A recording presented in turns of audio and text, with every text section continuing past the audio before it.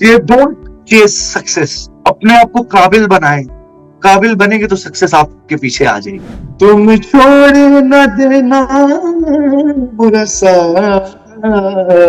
मेरे मामू हैं, वो भी सिंगर्स हैं, मेरे भाई, मेरे चचा ताया, मेरे नाना, मेरे दादा, तो सराउंडिंग्स का भी बहुत असर हुआ। अस्सलाम वालेकुम लिस्टनर्स, आप सुन रहे हैं स्टार स्ट्रक और मैं हूं आपके साथ आपकी आरजे माविश खान। और आज मेरे साथ वो शख्सियत मौजूद हैं कि जिनके लिए मतलब इनकी फैमिली से किसी भी शख्स से बात करने के लिए हमको पिछले 3-4 साल से जद्दोजहद कर रहे हैं और फाइनली आज मेरी बात हो रही है। अच्छा, मैं आपसे इंट्रोडक्शन कराती चलूं, जो मैंने फैमिली बोला है, तो आज मेरे साथ एक ऐसे फर्द मौजूद हैं जिन्होंने अपना भी बड़ा नाम कमाया और ये एक लेगेसी लेके चल रहे हैं। बेसिकली आप सब लोगों ने, कौन ऐसा हो सकता है मेरा ख्याल है बड़े सगीर पाको हिंद में खास तौर पर इंटरनेशनली भी, जिन्होंने उस्ताद सलामत अली खान का नाम ना सुना हो। तो आज उनके ग्रैंडसन हमारे साथ हैं और शफकत अली खान के हमारे साथ बेटे मौजूद हैं, फैजान अली खान। तो उनको वेलकम करते हैं अपने शो में। अस्सलाम वालेकुम and welcome to the show. कैसे हैं आप? मैं बिल्कुल ठीक हूँ, बहुत शुक्रिया फर्स्ट ऑफ ऑल मुझे आज इनवाइट करने के लिए। जैसा कि आपने कहा कि बहुत अरसे से ये काविश हो रही है कि हमारी रूबरू बात हो सके, तो आज बड़ी खुशाइन बात है मेरे लिए कि आज आपके साथ बात हो रही है। हम काफी अरसे से कोशिश कर रहे थे, लेकिन कुछ ना कुछ ऐसा हो जाता था जिसकी वजह से नहीं हो पा रहा था ना।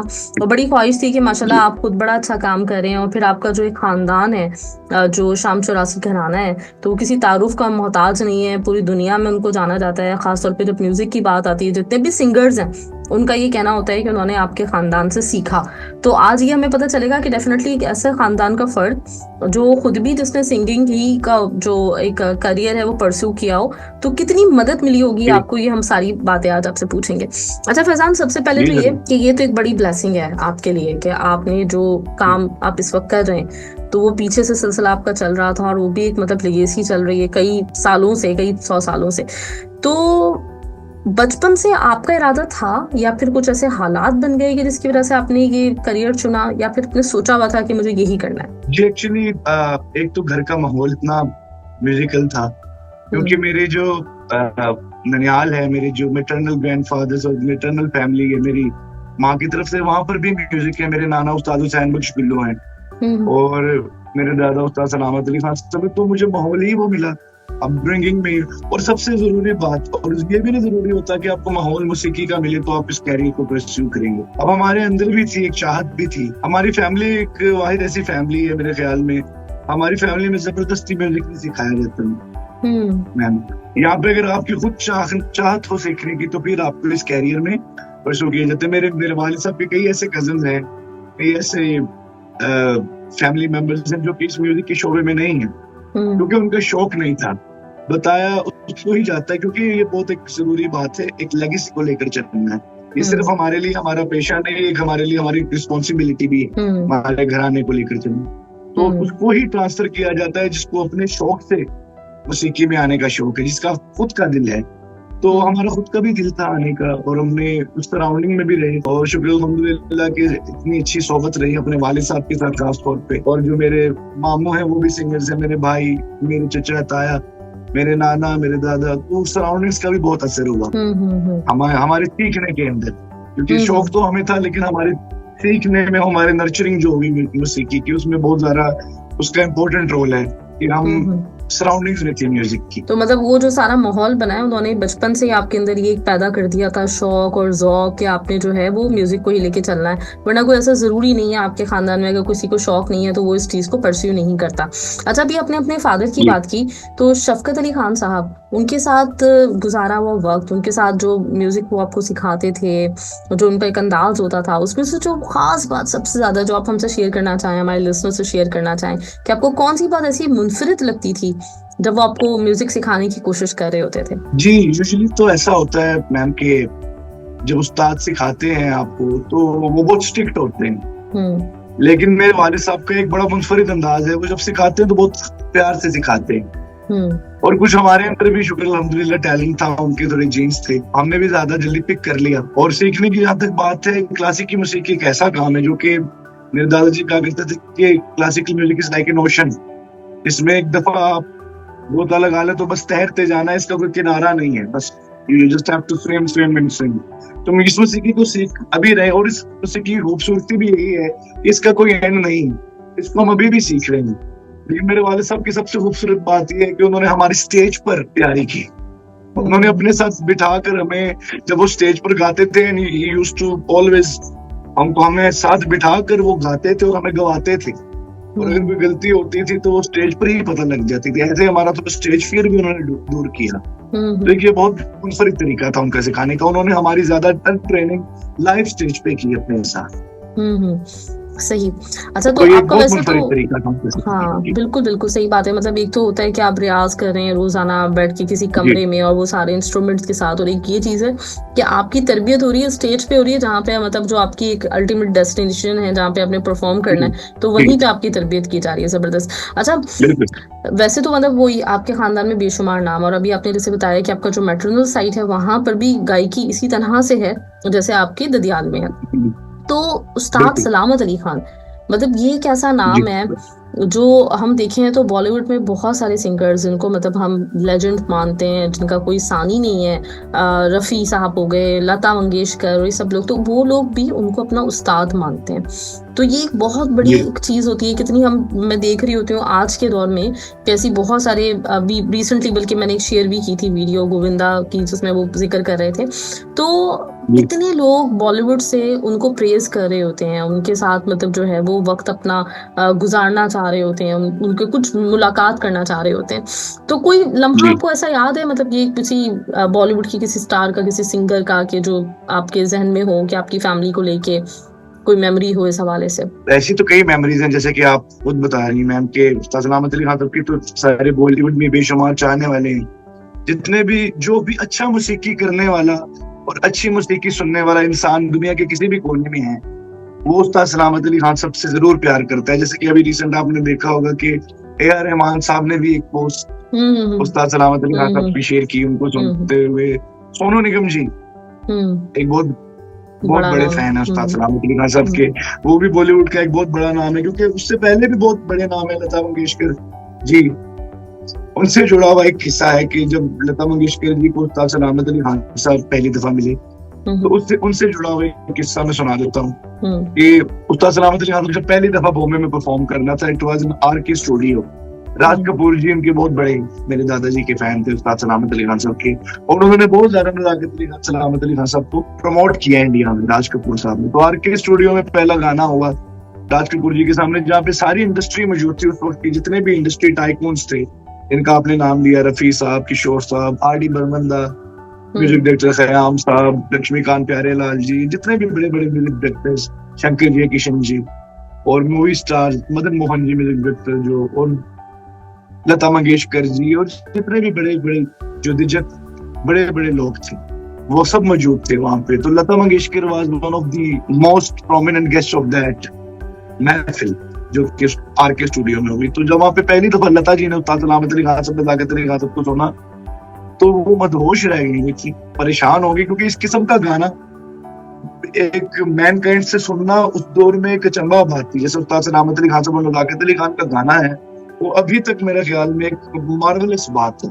अभी भी अगर आप सुने तो आप लोग हैरान रह जाएंगे। अगर आपको उस्ताद सलामत अली खान साहब की 7 साल की भी रिकॉर्डिंग आप यूट्यूब पे मौजूद है, 1942 की, वर्ल्ड वॉर 2 के दौर की, तो अगर आप सुने तो आप सोचेंगे कि 7 साल की उम्र में एक बच्चा इतना पुख्ता कैसे गा सकता है। तो इतनी पुख्तगी 7 साल की उम्र में थी, तो 20-19 साल की उम्र में आप सोच सकते हैं कि क्या हाल होगा। अमजद अली खान साहब एक सरोद नवाज हैं, इंडिया के बहुत बड़े सरोद नवाज हैं उस्ताद अमजद अली खान साहब। तो उनके एक इंटरव्यू है, अगर आप सुने तो वो कहें कि उस्ताद सलामत अली खान साहब और नज़ाकत अली खान साहब जब इंडिया में एंटर हुए तो यूं लगा कि आया तूफान। ये उनके लफ्ज में रिपीट कर रहा हूँ जैसे कि उन्होंने बोला, क्योंकि उनका एक गाने का तरीका ऐसा था, अंदाज ऐसा था कि वो एक आग की तरह बात फैली पूरे हिंदुस्तान में, खासतौर पर बॉम्बे में, और जब इंडस्ट्री सारी बैठी हो। तो ये वाकया है कि लता मंगेशकर जी ने जब सुना उस्ताद सलामत अली खान साहब को, नज़ाकत अली खान साहब को, और वहां से वो नज़ाकत अली खान सलामत अली खान साहब को अपने घर ले गई, और उन्होंने 1 महीने तक अपने घर से उस्ताद सलामत अली खान, नज़ाकत अली खान को जाने नहीं दिया। She kept them there, she feed them, और उनको अपने पास उन्होंने रखा। ये एक बहुत बड़ी बात है। एक वाकया मुझे याद है, और भी ऐसे कई वाकया है, लेकिन ये one of them एक ये वाकया है उनमें से। सही से, जबरदस्त जबरदस्त, क्या बात है। अच्छा जी, तो अभी जैसे क्लासिकल म्यूजिक आपने जैसे कहा कि एक ओशन है, जैसे आपके वालिद कहा करते थे, और हमने भी सुना कि क्लासिकल मौसीकी में वो एक ताकत है जो वो पानी में आग लगा सकती है ना। मतलब जब क्लासिकल से इतना से गाया जाए, उसके इतने सुर और इतने राग और इस तरह की जो चीजें होती हैं, तो वो उसके अंदर ये सलाहियत भी मौजूद है। तो जब आप इस समंदर में उतरे, तो आपको क्या लगता है कि अभी तक आप इसके कितने मोती चुन पाए हैं, कितना मतलब कितना कुछ है जो डिस्कवर और करने के लिए बाकी है, और आपके वालिद के खास तौर पे कमेंट क्या थे आपके लिए? जी, मैं आपको बताता चलूं, जैसे कि मैंने पहले बात कर चुका हूँ कि classical music is not an easy thing. Exactly. इसको सुनने के लिए भी आपको सीखना पड़ेगा। It's a proper knowledge, it's a proper education, लेकिन एंडलेस एजुकेशन। वो कहते हैं कि समंदर को कूदे में बंद नहीं किया जाता, ये वही वाली बात है। तो अभी तो बहुत कुछ है जिसको हमने एक्सप्लोर करना है, और क्योंकि वो कहते हैं ना कि दिल्ली अभी दूर है, लेकिन ये दिल्ली से भी दूर वाला काम है। ये इतना मुश्किल काम है इसको सीखना, क्योंकि इसकी कोई इंतहा नहीं है। जितना आप डीप जाते जाएंगे उतनी ही रिसर्च बढ़ती जाएगी, और उतने ही इसके और द्वार और गेट्स खुलते जाते हैं। तो जितना ज्यादा आप डीप और जाते हैं, ये उतना ज्यादा आपको और डीपर लेके चले जाता है। तो इसके अंदर एक्सप्लोरेशन जो है वो ताहयात है, वो आपके मरते दम तक इसमें एक्सप्लोरेशन ही है।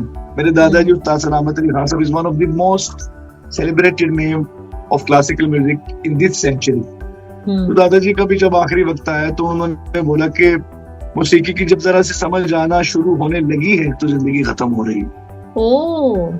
ओके। तो हम तो वो कहते हैं ना कि आटे में नमक के बराबर भी नहीं। तो यही बात मैं कहूँगा कि जहाँ से भी मिलता है, लेकिन एक बड़ी बात ये बताऊंगा कि अगर आप हम्बल रहेंगे, ये ऐसा काम है। उस्ताद सलामत अली खान साहब कहा करते थे, किसी ने खान साहब से पूछा कि खान साहब मैं सिंगर कैसे बनूं, खान साहब ने कहा कि दुआ लिया करो, बुजुर्गों की दुआ लिया करो। ये क्लासिक की मौसीकी ऐसा है कि ये रियाज का नहीं, ये दुआ का काम है। वो ये कहते थे रियाज आप कितना मर्जी कर ले, लेकिन अगर आप दुआ नहीं लेंगे तो उसमें असर नहीं आएगा। अगर दुआ नहीं लेंगे तो आपकी नॉलेज नहीं बढ़ सकती, क्योंकि ये स्पिरिचुअल काम है, ये खुदा से जुड़ा हुआ काम है। इसमें खुदा की बात है। जब हम आ कर रहे हैं ना, इट्स अ कॉलिंग। आपको नहीं पता बताता चलो, व्हेन वी डू तो ये पुकार रहे हैं, there is a divine source जिसको हम कॉल कर रहे हैं। तो इट्स ऑल अबाउट स्पिरिचुअलिज्म। तो उस चीज से जो जुड़ा हो उसकी कोई इंतहा नहीं होती। तो इसको जितना भी देखे ना, डीपर डिग करेंगे उतना ही ज्यादा आप गोते में जाते रहेंगे। तो बहुत कुछ सीखना है, बहुत कुछ सोच है, बहुत कुछ गौर व फिक्र करना है। और रही मेरे वालिद साहब की बात, तो माशाल्लाह अभी तक हम फील्ड में भी आ गए हैं। तो वो अभी तक हमें शफकत अली खान साहब वो ऐसे ही हमें कहते हैं कि इससे भी बेहतर करना है, इससे भी बेहतर करना है। हालांकि लास्ट ईयर एक मेरे लिए बहुत बड़ी बात थी। I had one of my best performances in my grandfathers annual बरसी, याद सलामत जो हम करते हैं। याद सलामत मेरे लिए अवार्ड से कम नहीं था कि मेरे वालिद साहब उस्ताद शफकत अली खान साहब स्टेज पर आए। मेरे वालिद साहब एक ऐसे शख्स हैं कि कभी जिंदगी में उन्होंने हमें पब्लिकली प्रेज नहीं किया। He is one of those उस्ताद, उन्होंने हमें सिखाया भी, लेकिन उसका मकसद पॉजिटिव है कि हम बेहतर से बेहतर करें। But he came to stay. एक इतना अच्छा गाना बजाना हुआ, वो भी कोई दुआ की वजह से ही हो गया। और जो गाना होता है हमारे घराने का, जो खासतौर मानना है ना, गाने की जो सिनफ है, एक होता है स्ट्रक्चर्ड गाना और एक होता है इम्प्रोवाइज्ड गाना, जिसको हम बोलते हैं आमद का गाना, स्पॉन्टेनियस गाना। वी डोंट थिंक, हम सोच कर नहीं आते कि क्या गाना है। We just do it on stage, whatever we do. It's not structured. Though the scale, the structure of the raga, the notation of the sargam, they are structured. But beauty of ख्याल, जो हमारा genre है, इसको हम ख्याल बोलते हैं, imagination। ये लफ्ज अल ख्याल अरबी से निकला है और हज़रत अमीर खुसरो की बनाई हुई ये सिर्फ है ख्याल। ख्याल is about imagination. So we are imagining, we are expressing love. लफ्ज जिसमें लफ्ज है वो कम है, लेकिन एक्सप्रेशन ज्यादा है। और इसमें बात ही ये है कि सुरों के जरिए आपने एक्सप्रेशन को उजागर करना। तो मेरे वाले साहब किसी से भी सुना मेरे लिए बहुत बड़ी बात है। अच्छा, तो ये आप बताएं, जैसे आप ये बात कह रहे हैं कि आप जब स्टेज पे जाते हैं तो बाज़ औक़ात आपको नहीं पता होता, ये स्ट्रक्चर नहीं होता, तो एकदम से वो आमद होती है और सब कुछ। तो इसमें वोकल्स का ज्यादा मतलब अमल दखल होता है, या फिर वो जो एक वो शायरी और वर्डिंग्स हैं उनका ज्यादा होता है, या फिर जो सुर और ये सरगम है? ये सबसे पहले तो सुर है, वोकल है, वोकल ही सुर है। और क्योंकि एक आलाप का पोर्शन होता है जिसमें लफ्ज ही नहीं है, वो कहते हैं ना कि first impression is last impression. Classical music में एक मिसाल बनी हुई है कि जो पहला सा लगाते ही पता लग जाता है कि कौन कितने पानी में है, आपकी पुख्तगी। वो कहते हैं ना कि आगाज क्या है तो अब इब्तदा क्या है तो इंतहा क्या होगी। तो इब्तदा पर ही ज्यादातर गौर किया जाता है। कई साल तो सा को पक्का करने में ही गुजर जाते हैं कि हमारा फर्स्ट इंप्रेशन ही पुख्ता हो, क्योंकि पहला इंप्रेशन पुख्ता होगा तो आगे जाके बात बनेगी। वो सिर्फ आवाज है। फिर उसके बाद क्लासिकल मौसीकी में वो 3 गुण हैं, सुर, ताल, फिर लफ्ज। अच्छा, ये 3 चीजों को मिलाकर क्लासिकल मौसीकी बनती है। लेकिन पहला जो सुर है कि ये बुजुर्गों ने बात की हुई है, जो हमारे बड़े बड़े आर्टिस्ट हुए हैं, उन्होंने कहा कि उत्तम गाना मध्यम बजाना, मतलब कि गाना पहले है और बजाना बाद में है। तो वोकल की और सुर की ये अहमियत है। Vocal is very very important. उसको फिर उसको अलाप करना, उस रागा के एटमॉस्फेयर को कायम कर। अब हर राग का अपना एटमॉस्फेयर होता है, उसका अपना एक मूड होता है, और आपको ये मानकर चलना पड़ेगा कि अगर आप क्लासिकल मौसीकी कर रहे हैं तो you have to believe that the ragas exist. Raga होता है और रागिनी होती है, मेल्स और फीमेल होते हैं राग्स में भी, स्केल्स में भी मेल और फीमेल होते हैं, और आपको उस एटमॉस्फेयर और उस फील को बनाना होता है राग को अलाप के जरिए। तो vocal is very very important part. First of all is vocal, after that ताल, देन क्योंकि words Kemps very very later.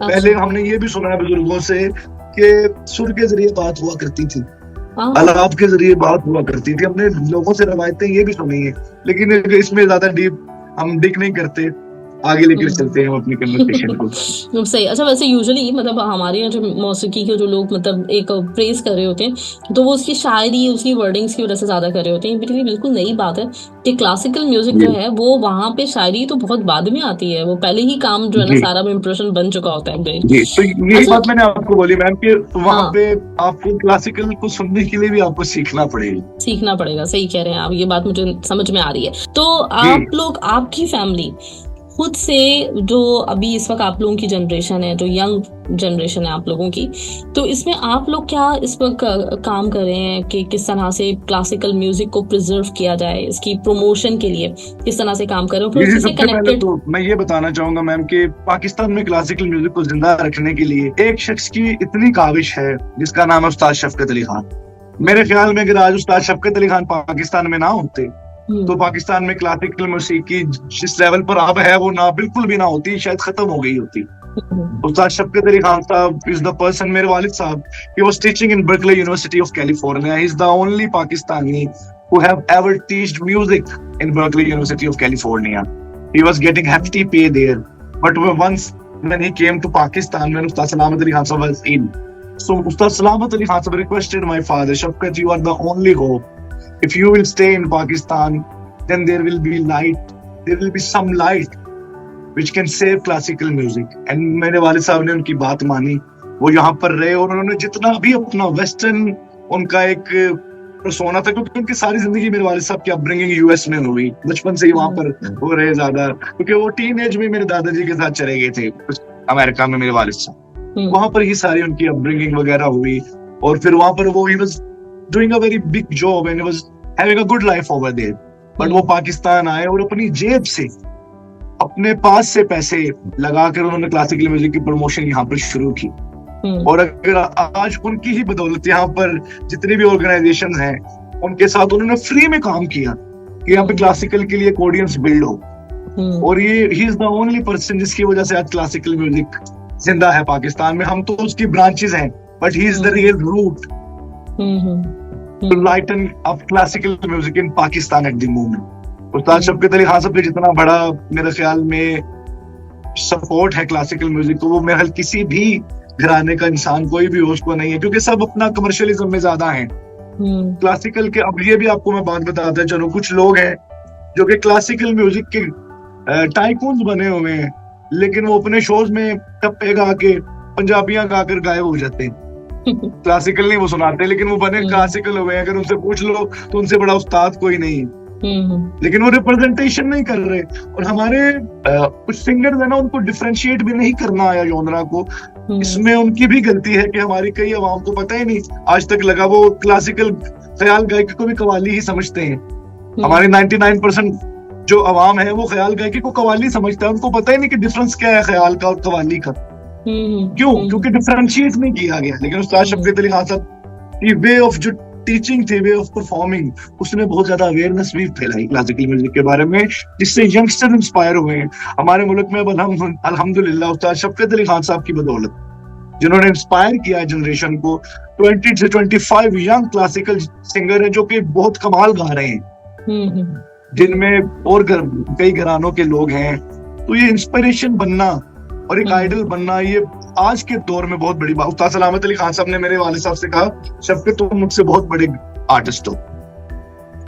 उन्होंने कहा कि खान साहब कैसे, आप, मैं आपका शागिर्द हूँ, मैं आपसे बड़ा कैसे हो सकता हूँ। तो हम सबने कहा कि शफकत, जिस दौर में मैं क्लासिकल गाता था ना, तब रेडी वाले को भी पता था कि राग क्या है, और जिस दौर में आप क्लासिकल गा रहे हो तब तो म्यूजिक का दौर ही बदल गया, आप तो जहाद कर रहे हो। आपको सुनने वाला तो कोई, तो ये एक बात है। लेकिन जिस दौर में म्यूजिक की उस ऑडियंस ही नहीं है, और उस दौर में फिर क्लासिकल करके ही उस रिस्पॉन्सिबिलिटी को कायम रखना अपने आप में बहुत बड़ी बात होती है। बिल्कुल बिल्कुल। तो और हमारी बात रही, हम भी उसी एजेंडे को लेकर आगे चल रहे हैं। अब देखिए कि क्लासिकी मौसीकी इज नॉट हमारा सिर्फ रिज़्क रोटी नहीं है, ये हमारी जिम्मेदारी भी है। मैं भी सब हर किस्म का म्यूजिक करता हूँ, करना पड़ता है, क्योंकि अगर वो दूसरा म्यूजिक भी नहीं करेंगे तो फिर वो क्या कहते हैं कि घर का चूल्हा भी नहीं चल सकता। बिकॉज कमर्शियलिज्म को एवोल्यूशन के साथ चलना पड़ता है, लेकिन हम क्लासिकल म्यूजिक को नहीं छोड़ रहे। अभी हमारे पाकिस्तान में सबसे बड़ा क्लासिकल म्यूजिक का फेस्टिवल हम अपने ऑर्गेनाइजेशन की तरफ से करते हैं, शाम शोर म्यूजिक सर्कल की तरफ से, याद सलामत, आप उससे वाकिफ हैं। ये साल में 2 दफा हम करते हैं और अपनी जेब से करते हैं ना। और हम बड़े शुक्रगुजार हैं पंजाब हुकूमत की, वो हमारे हमेशा सपोर्टिव रहे हैं हमारे साथ, हमें सपोर्ट करते हैं इस कॉज में। तो उसी सिलसिले को लेते हुए हम यंग टैलेंट को भी वहां पर प्रमोट कर रहे हैं। हम यूनिवर्सिटी से, कॉलेज से नए लड़के लेकर आ रहे हैं जो कि क्लासिकल में इन है, क्लासिकल को गाना चाह रहे हैं। तो ये बहुत जरूरी बात होती है। खुद तो गा ही रहे हैं सब, अपने लिए तो सब कर रहे हैं। अब हम भी कर सकते हैं, हमें कोई फर्क नहीं पड़ता। पूरी दुनिया में आप जानती हैं कि हमें कैसे लोग प्यार करते हैं, हमें कैसे सोचते। हमारी एक सोच ये है हमारे घराने की खास तौर पे कि हम क्लासिकल मौसीकी को सिर्फ अपना ही ना कुछ देख के जाए, बल्कि मुल्क को और भी बहुत सारे क्लासिकल गायक लेके जाए। तो ये बात है। बिल्कुल। अच्छा, इससे पहले कि याद सलामत पे आऊँ, 1-2 सवाल मेरे पास और हैं। उससे पहले मैं चाहूंगी कि जरा कुछ थोड़ा सा कलाम अगर आप हमें सुना दें सब सुनने वालों। जी, मैं कलाम एक सुनाता हूँ। मेरा बड़ा मशहूर हुआ एक मोरे नैना, सूफी स्कोर के साथ मैंने किया। मेरे दादाजी की ठुमरी है, इसके 2-3 मिलियन व्यू गए, लोगों ने बड़ा पसंद किया, तो उसको मैं थोड़ा सुना दूं। तो ये ठुमरी है। ठुमरी एक फोक होता है, ये भी नॉर्दर्न एरियाज का। ठुमरी ठुमकने से निकला है ये लफ्ज। ठुमरी ठुमकना डांसिंग की फॉर्म है एक ठुमरी, नृत्य भाव जिस पर रकाताएं किया करती थी, ठुमरी गाई जाती थी। तो ठुमरी में लफ्ज कम होते हैं, एक्सप्रेशन ज्यादा होते हैं। तो इसके लफ्ज है, मोरे नैना लगेगी बरसात, सजन मोही छोड़ ना जाना। ये मेरे दादाजी उस्ताद सलामत अली खान, नज़ाकत अली खान साहब की बनाई कॉम्पोजिशन है। तो पार्डन में अगर कोई गलती गुस्ताखी हो जाए, मैं अभी थोड़ी देर पहले पूछा ही हूँ, तो माफ कीजिएगा। ये काम एक ऐसा है, मैंने बताया ना आपको कि रोज नया है, तो आपकी इजाजत के साथ।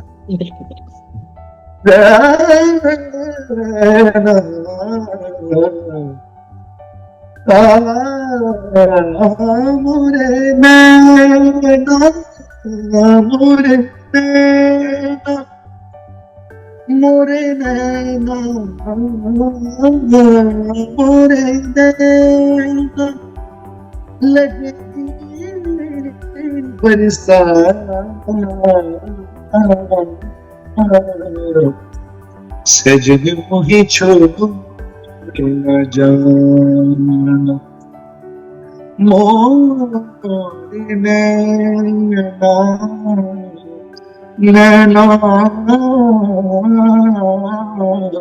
नैना नैना नैना मोरे नैना तुम्हारे कारण सब जग छोड़ा, तुम्हारे कारण सब जग छोड़ा, तुम छोड़ न देना बुरा साथ, सजन मोहि छोड़ न जाना, मोरे नैना लगेगी बरसात।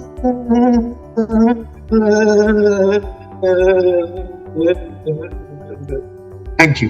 जबरदस्त जबरदस्त। अच्छा, ये जो यंग सिंगर्स हैं जो अब चाहते हैं कि क्लासिकल सिंगिंग के उसको करियर बनाएं, उनके लिए कोई आपकी तरफ से कुछ सजेशंस, कोई एडवाइस? जी, मेरी उनके लिए यही सजेशन होगी एक लास्ट के आप लोग जी जान से मेहनत करें। एक बड़ी अच्छी बात सुन रहा था आमिर खान साहब की कि डोंट चेस सक्सेस, अपने आप को काबिल बनाएं, काबिल बनेंगे तो सक्सेस आपके पीछे आ जाएगी। ट्रेन योरसेल्फ टू बी काबिल, करेगी आपको, खुद चल के आएगी, आपको काबिल बने, सीखें, पूछें, उस्तादों से सीखें, किसी चीज का ऊपर शुबा है। ये एक छोटा सा मैसेज है मेरा सब यंगस्टर्स को। सही, जबरदस्त। ये तो आपने सब यंगस्टर्स को मैसेज दिया, लेकिन एक जो मैसेज है ना वो खास तौर पे आपका हमारे कतर के जितने भी लोग आपको सुनने वाले हैं, आपके फैंस हैं, तो उन लोगों के लिए प्लीज।